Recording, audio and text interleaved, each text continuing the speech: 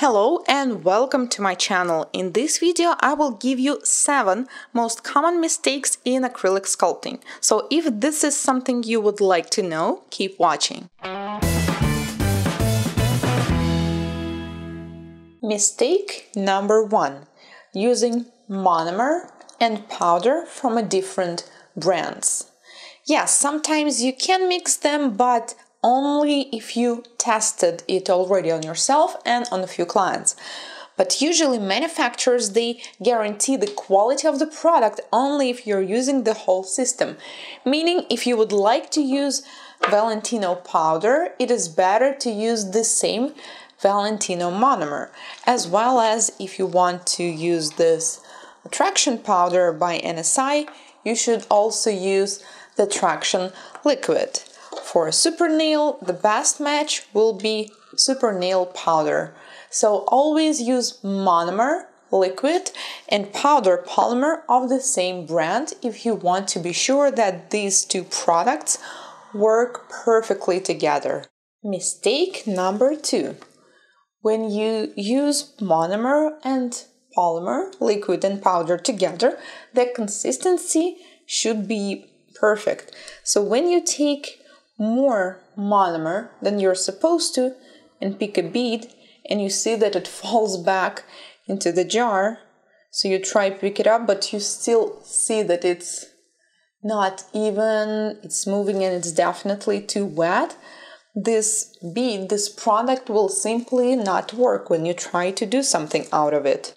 Mistake number 3 is the opposite and also pretty common.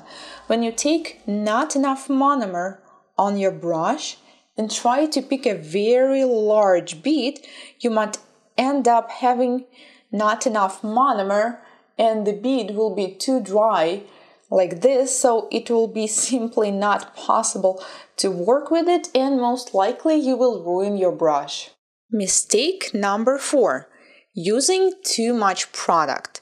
Some nail technicians believe that if you take more product and make thicker nails, they will be stronger and they will last longer, which is not actually true, because if you will apply too much product near the cuticle, we will end up with lifting of the product. If you will apply too much on the free edge, we will also might end up breaking these nails. So the nails should be properly balanced.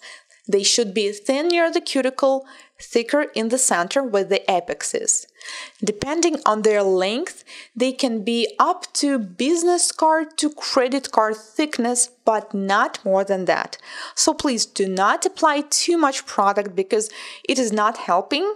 Plus, this is really a waste of product. Mistake number 5. Flooding the cuticle and the sidewalls. When you work with a wet consistency, the biggest danger is not only in potential allergic reactions or you will not simply be able to work with the product. The biggest danger is that you may flood the cuticle and the sidewalls. So the product will go under the cuticle and it will be almost impossible to fix it. Because this area is so sensitive and when we will try to file it, we may end up cutting and hurting our client. So please be careful with that area. If you do not feel confident with your cuticle work yet, it is better to leave a margin between the cuticle and the product. And please make sure that this area is completely thin and the product is not touching the cuticle or the sidewalls. Mistake number 6. Using monomer without polymer. These two products are designed to work together. Together they do a reaction of polymerization and turn the gel-like product into a hard substance.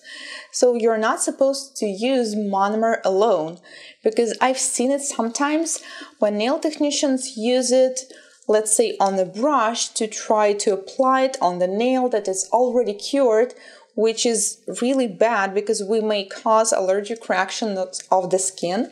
And also I've seen some people actually using their fingers to take the monomer and apply it on the nail, which is absolutely not acceptable. So please do not use monomer without polymer. And the last but not least mistake number 7 is not cleaning the brush after application of each bead. So once you take the acrylic bead and apply it on the nail, after you work with it, it is very important to clean the brush with a tissue.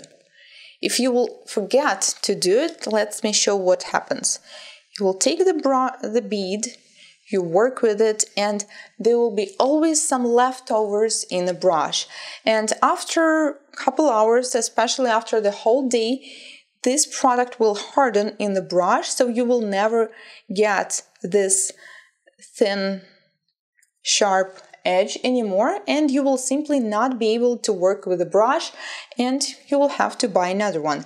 So once you apply the bead, just remember it as the rule. You apply it, you work with it, and then you're supposed to clean it with a tissue. These were 7 the most common mistakes in acrylic sculpting, and I've seen them all so many times during my live and online classes. Please let me know if some of these mistakes sound familiar to you, or maybe you done some different mistakes I didn't even mention in this video. And also let me know if you would like to get more mistakes videos on my channel. Thank you so much for watching. If this is your first time on my channel, consider subscribing, as I post new mistakes and nail art tutorials every week. Thank you and see you in my next one. Goodbye.